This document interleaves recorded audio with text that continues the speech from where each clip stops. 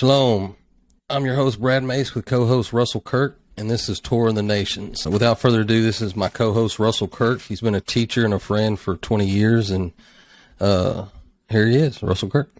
All right. Well, thank you, Brad. I appreciate you bringing me in, and I appreciate your efforts in getting this topic out that people can discuss and in some details. I think one of the issues is experiences, and I think various experiences help everybody along with their own experience. And I think if we have a format to where we can share those experiences, I think people will really benefit from it.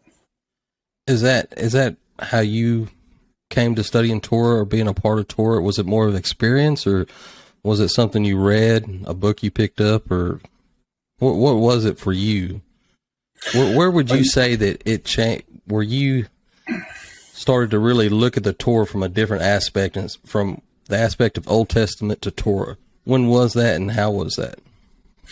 Well, what we did, we were gathering in my home, and a group of us, and we had a standard prayer type of deal, an agreement between us, the group that was meeting in my home, and between us and God, basically.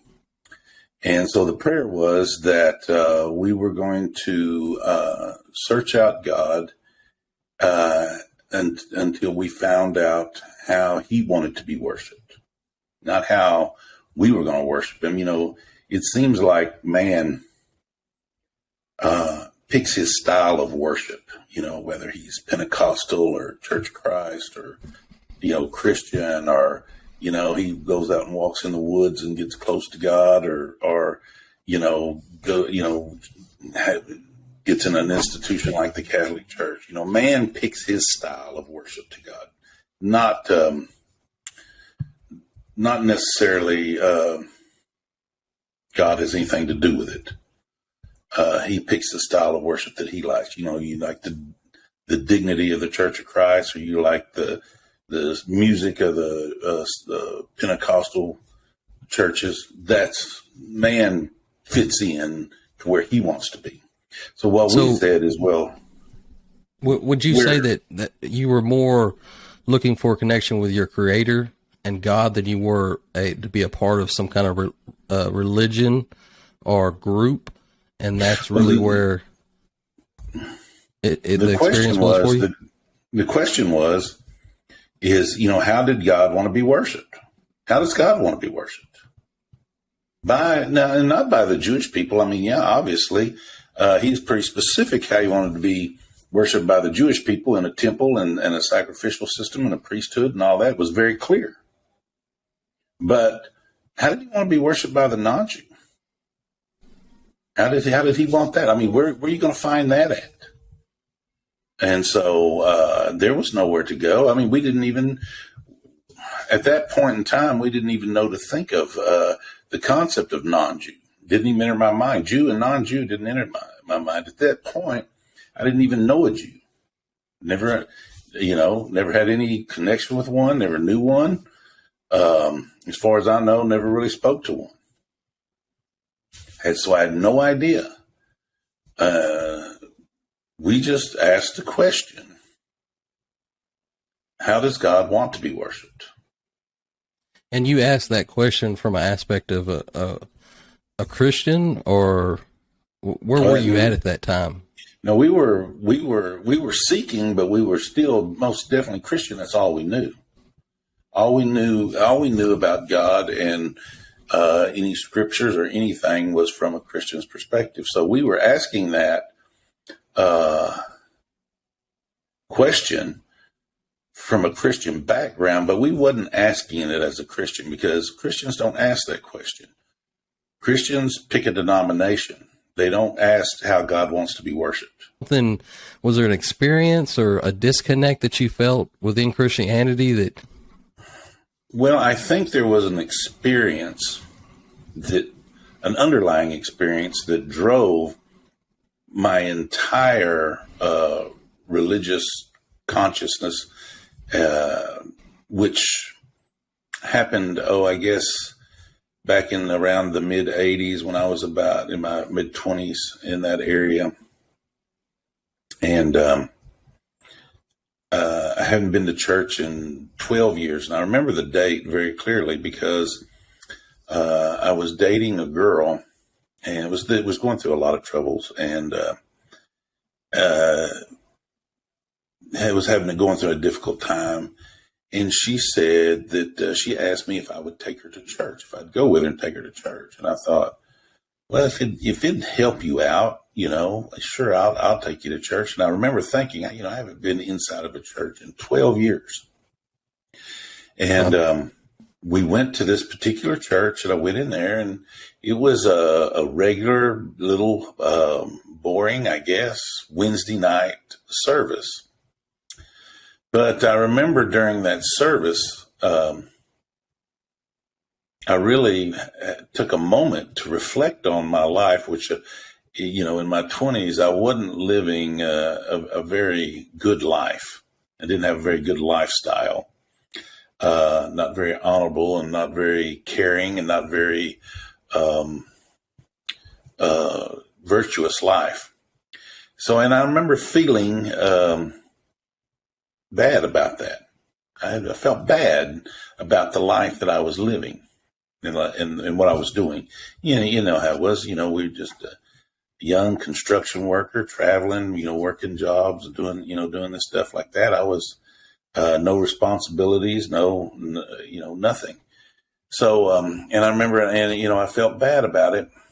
But the peculiar thing that happened to me is that when the church service was over with and I went to get up out of the pew to walk out of there, I was as drunk as walking out of a bar.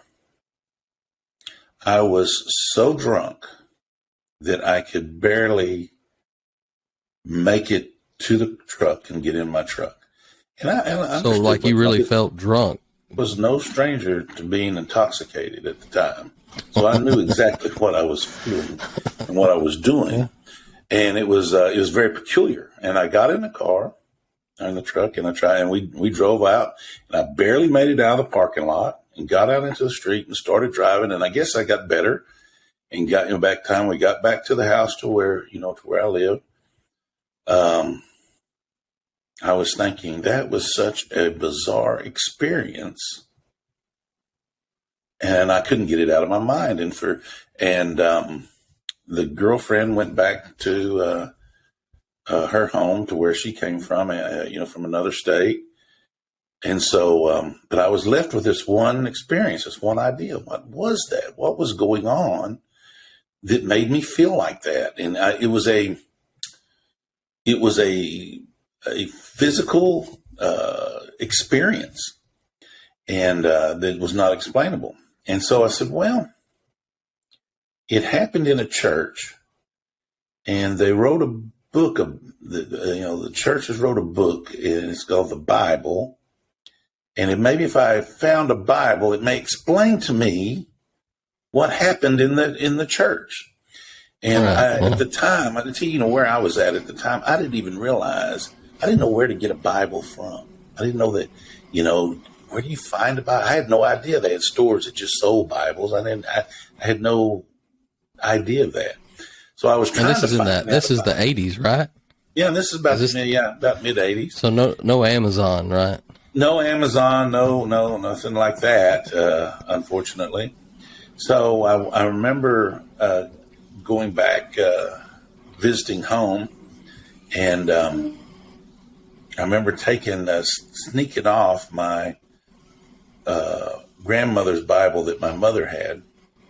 And because I didn't want nobody to know that I was reading the Bible. That was, to me, it was, at that point in my life, it was like a point of weakness. I didn't, he's reading the Bible, what's wrong with him, And so I snuck it off of there. And I began reading the Bible. I didn't know where to begin, so I just began at the beginning, and I started reading basically the Torah from the King James version of it. And it came alive to me, and so there was no religious affiliation. There was no pastor. There was nobody to guide me in these years that I privately and basically secretly studied. So you didn't go off and join a church or a group. You just picked up a Bible and just started reading it from the beginning. Yeah, that's exactly my beginnings in it. And it wasn't until I met my wife and she invited me to church and that she went to, and I went just, because, if you're dating a girl, you pretty much do whatever she wants. So she wanted me to go to church. So I did. And,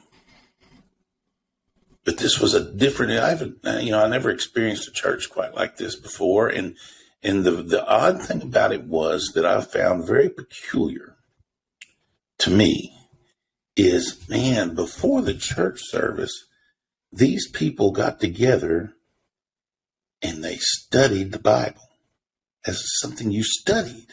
Like you studied this book. I've read it, but they studied it. And that, to me, that was the most fascinating thing. So I said, man, was it a man's study group or a women's, or was it just a congregation study group? Just a group of people from that church that got together? It was like I think it was the adult Sunday school class, I believe is what they called it. So the advanced Sunday school class. Yeah, it was the adult Sunday school class, but the whole concept, the whole idea that people got together in a group and studied the Bible was fascinating to me. And I think that's what drew me in. And so, of course, we wound up getting married, and we got married in that church. I got baptized in that church. I became a deacon in that church. And I was very happy with church. I was very happy with that style of belief. This was a Pentecostal church, and it had music and singing and all kinds of stuff in it. And I felt very comfortable. But as the 2000s start to roll around and start getting in, that's when we broke away from the denominational church to go out and to basically seek God on our own. And it's when we started studying on our own. Well, did something happen to make that flip, to leave the church and the congregation that you were a part of? Was there a bad experience, or was it just something lacking within it wasn't as a whole? It wasn't a bad experience. I was working with a friend of mine from the church on a project, a radio project, and we were doing much like this. We were making a recording, and we were driving back from the studio, and we were talking about a church and establishing a church. And, we were just talking about how church should be and discussing probably the pros and cons to the modern church. And I gave him some ideas that I had, and he said, well, you can do that now. And I said, oh, I'm not ready to do that. There's not I don't feel like I'm ready to try to pioneer a church or anything like that. So obviously he must have went home and told his wife that, hey, Russell's thinking about starting a church. Because that was on a Tuesday night, and Wednesday night, I went to the church Wednesday night service, because we were there every time the doors open. And from the pulpit, the pastor, asked me what I was doing there, that he thought I was starting my own church. And this was before the service or during the service? This is before the service. Yeah, right before the service started. He said, well, but there was other people there. He didn't pull you aside and ask you questions. No, it was from the pulpit. And, it's like, what are you doing here? I thought you were starting a church. So I said, I don't know what I don't really know what you're talking about. So I went to talk, I went the next day. I went and visited with him and said, what was that all about? And Well, he just told me that he heard that I was starting a old church. And, you know, pastors are very sensitive about outgoing people, I guess, in their congregation of creating their own church and pulling off members and doing this and that. You know, they're sensitive about their flock and maintaining it. And I would say that's more of an egotistical view into the church itself. You know, that, I mean, that's when I say that, you know, you see this, and I've heard this from several people involved in Christianity and the church, is that whenever they seem to question their leadership, whether it be a deacon or the pastor, and when they don't have the answer and they seem to be pushed or shunned, it seems to be it seems to reverb across the whole platform, no matter what the denomination is. So from what you're saying, is what I'm sure a lot of people experience that was in your situation. Yeah, I mean, so I wasn't upset, and it wasn't a bad experience. But when I went and talked to him, I figured I'd explain it to him, and he'd say, "Oh, you know, that's all right." So, but when I went and talked to him about it, it was, you know, he was like, "Oh, you know," I said, "I'm not doing that." I said, I had a discussion about it, but it was only hypothetical. It was nothing. And he goes, "Well, why don't you do it? And why, you know, you can do it." And I said, "Well, I can't do this." I said, "Well, you can do that." And I can't do this. And he said, "Well, you can do that." And it, you know, it kind of perturbed me a little bit that it was like, won't you just go and do it and go somewhere else? It's kind of the way I felt about it. You know, it's kind of like he wasn't encouraging me to stay, or, well, you know, it wasn't like, "Well, yeah, I'll help you along if you need help," or doing something like that. It wasn't anything like that. It was kind of like, you know, "Hey, well, you could go ahead and go do it." And so, go and get, huh? Mm-hmm. So the next Sunday, we had basically a church service in our home, and that is where. Well, that was quick. Yeah, that was like, it didn't go back. I never. So never that from that Wednesday night, that following that Sunday, 4 days later, you were having a church service at your house. Right. Did members of the church come?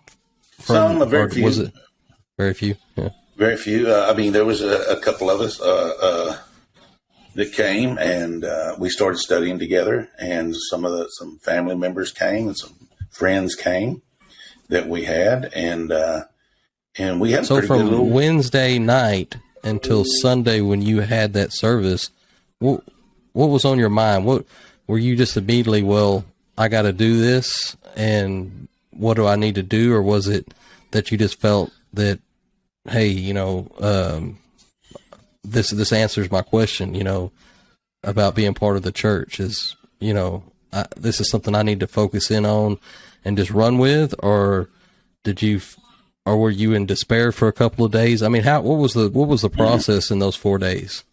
There was no despair.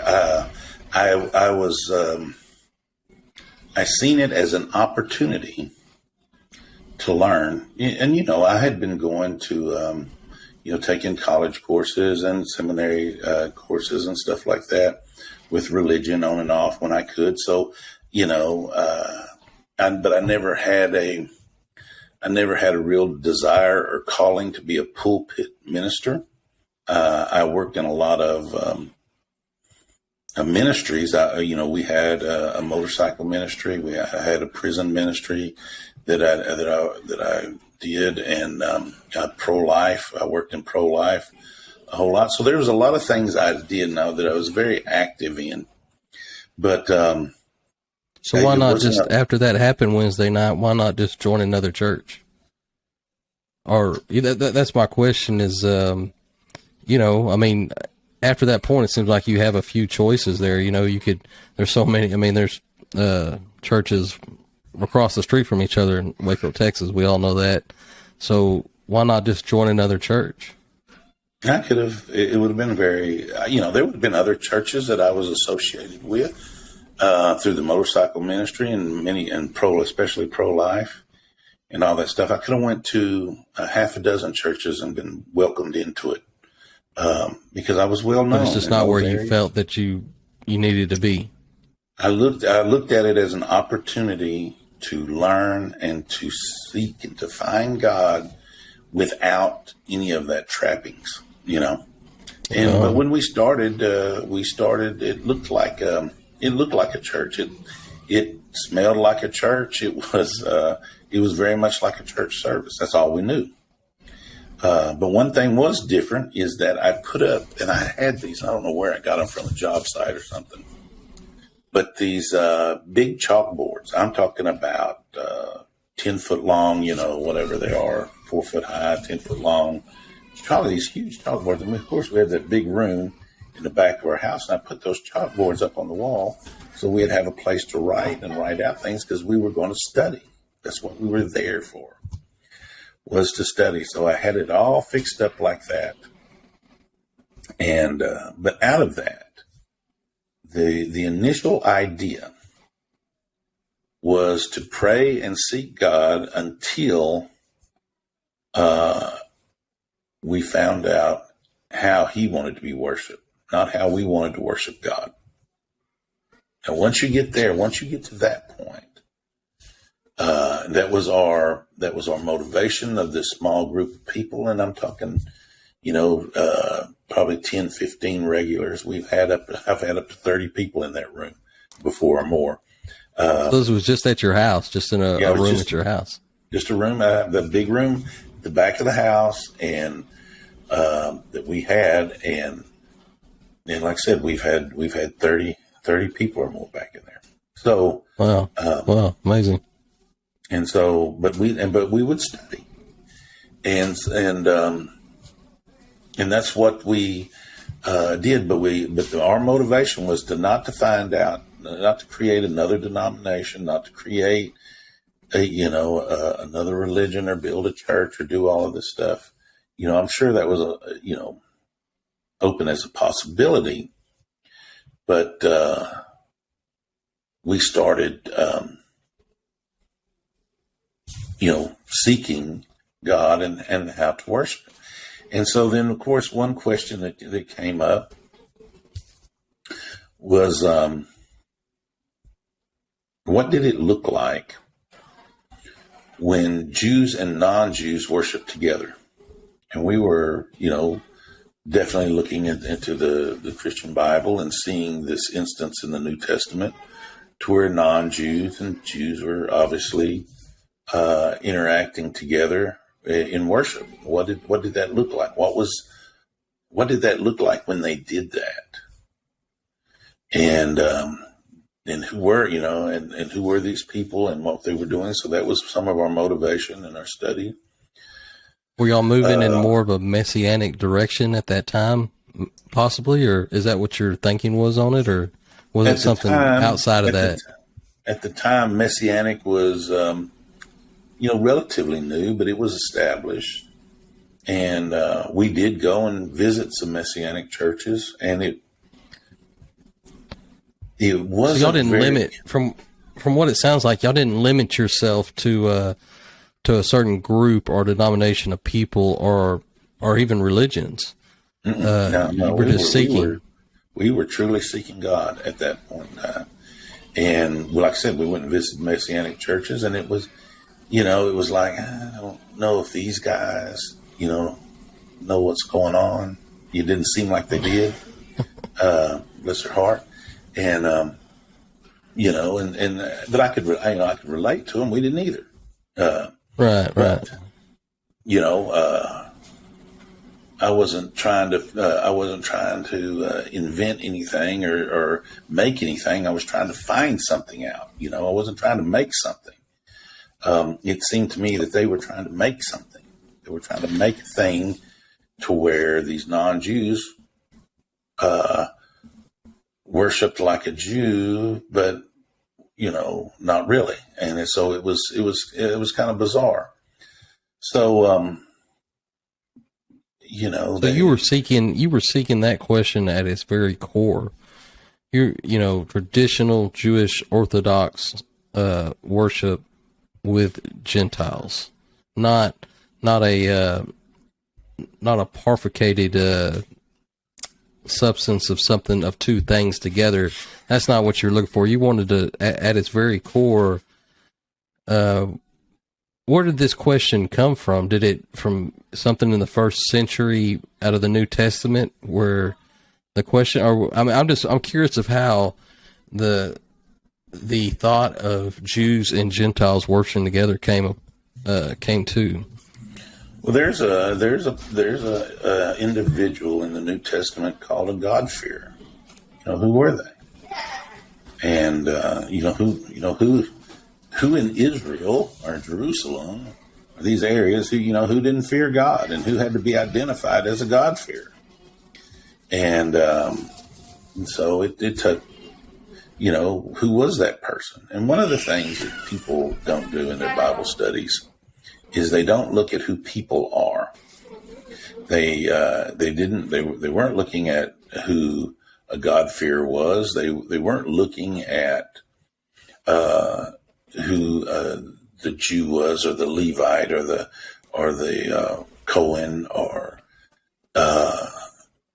they weren't looking into these individual people. They wasn't looking into a Ger or a Ger Toshav or a Ger Tzedek or a Nokre or an Akum or different things from different literatures. They weren't trying to find those people, and they weren't trying to identify them within the scripture of who they were and what they were and what they were doing. So that, ultimately that's what we wound up doing. We started, trying to find, as at one point in time, we was looking for Waldo, and where's Waldo? Mm-mm-mm. And that's a curious thing to me, that as a Christian, to ask that question, that particular question, Jews and Gentiles studying together, because it's not a Christian question, not at all. Not even as basic. You don't hear Christians even use the word Gentile. I mean, they just use the word Christian or Jew. So just in that aspect of asking that question, that is an amazing question to ask, because not even where I'm at in Torah have I thought of that question. And that's kind of funny, because I've been studying Torah, or been exposed to Torah for at least the last 18 years in some in some form of it, and I've never asked that question. It just seems like a question like that would come from somebody truly seeking the God of Israel. I think so. And knowing that is, that almost like Abraham, that question reminds me of Abraham, looking at the stars and the moon and the sun, and saying, all those have its power, but where's the power, the main source of power? Where did that come from? Mm-hmm. What is that? And that's what separates Abraham from everybody this time. And, it seems like one of those questions to me, a very foundation question into seeking God. I think so. I mean, we didn't know it at the time. I mean, it was just an honest question. And that too, and finding out and asking how God wanted to be worshipped, as if we were concerned about God, and how do you want to be worshipped? Right. And that was, to me, that was a very profound question. Very profound. And it all led us to where we're at, to where, basically it was 4 years and 55 days, since we left, since that Sunday that we had that first service. It was 4 years and 55 days that we called ourselves, at the time, we called ourselves Noahites, and that we were righteous non-Jews following the Torah. And it was 4 years. Wow. It was a 4 year and 55 day journey. I know it to the date. Well, that's amazing. And now a lot of the story is in the book that I shared with you, that 10 from the Nations, that tells this book. Dr. Rivka Atler put together, a lot of different stories from a lot of different people on different stages of their journey, obviously. And so, and you're in this book. right. And I think there's one chapter in there that kind of tells, the story. It picks up from our church life and Just for takes anybody us out through. there that might be seeing it, there's the book. Yeah. It's a And the good book. It's an author. interesting book for people seeking and asking questions and looking at different people, like I said, all in the different levels, where everybody's at in all different stages of coming out and coming to a conscience. There's some real amazing stories in there, I think, that could really enlighten people, and I think a lot of people can they can connect with that from what they're going through and what they're seeking by reading those stories, because they're everyday stories. I mean, they're not everyday people. I think anybody that chooses in a Christian nation like we are here in America, that chooses then seeks God at his core, like you said, how does God want to be worshiped? That question is a very giving question, more of the will to give than the will to receive. And in Christianity, you just don't see that. And I think a lot of people, seeking answers in Torah and religion itself, and just saying, well, I'm just trying to have a stronger and more connected relationship with my Creator. And I know that's what it was for me, along with things that just didn't make sense in Christianity to me, that, of course, that's probably for a lot of people. They get to a part in the Bible, in the New Testament, and they say, they go to their preacher and ask, well, if Jesus died for me and all my sins, and what is my purpose after that? If there's nothing else, and if it's done, then why ain't it done? That's the question I always had. For me, I guess the biggest question for me has always been, not always, but when I was on the journey, started the journey, leaving Christianity or the Christian mindset and moving, from a Western mindset to an Eastern mindset was, if Jesus was Messiah, then what are we doing here right now? Because according to what I called it, the Old Testament at the time, the Messiah would come and that would be it. So I never understood the concept, but that was just me. But I didn't even ask the question, like you asked. And I think that's what's kept you, or that's helped you and elevated you to the level of Torah understanding that you're at now compared to a lot of people that I've talked to, because it seems like a lot of people ask questions similar to that, but more of a will to receive type of question is, how can I connect to my Creator? Not a question of how does God want to be worshiped. And well, that question in itself to me seems to be what's led you to where you're at now, and where a lot of people are probably seeking answers to these questions coming out of Christianity and different religions. And but it's all part of the question to me.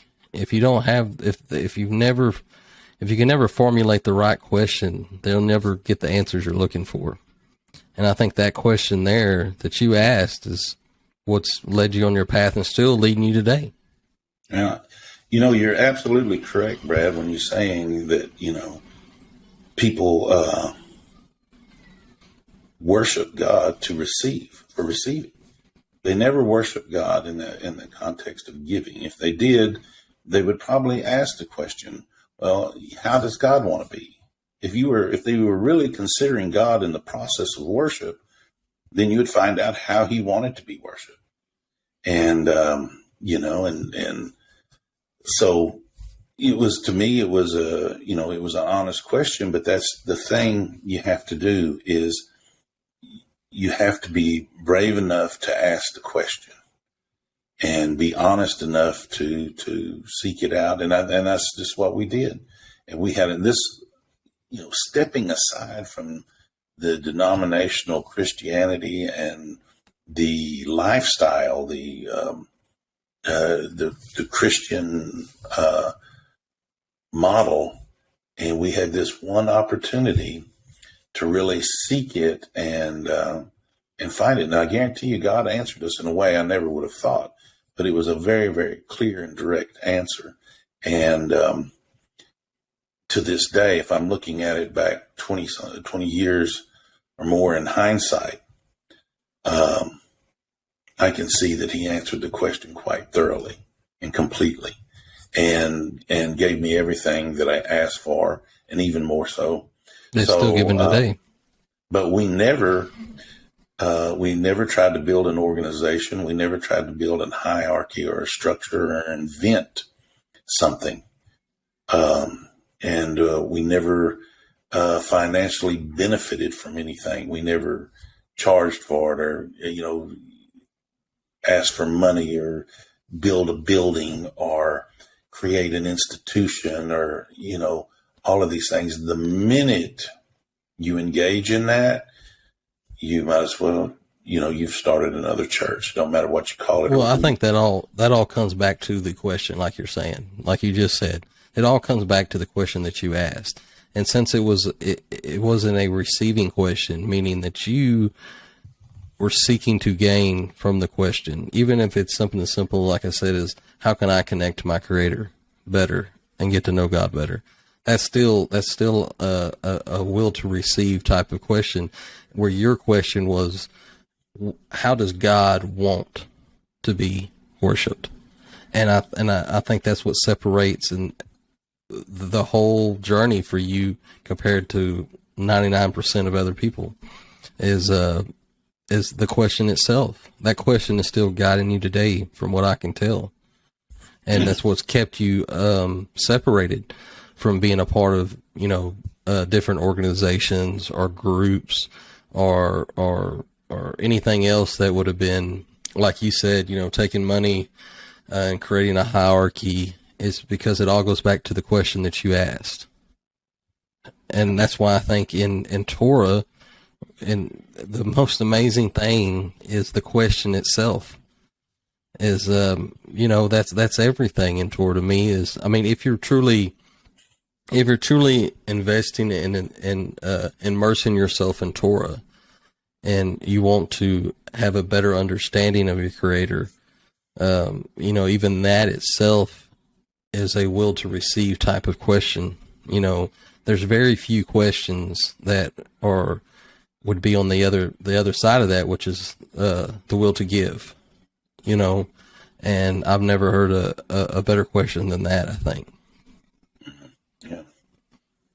Oh yeah, it's been an interesting journey, and God has been faithful throughout it, and I think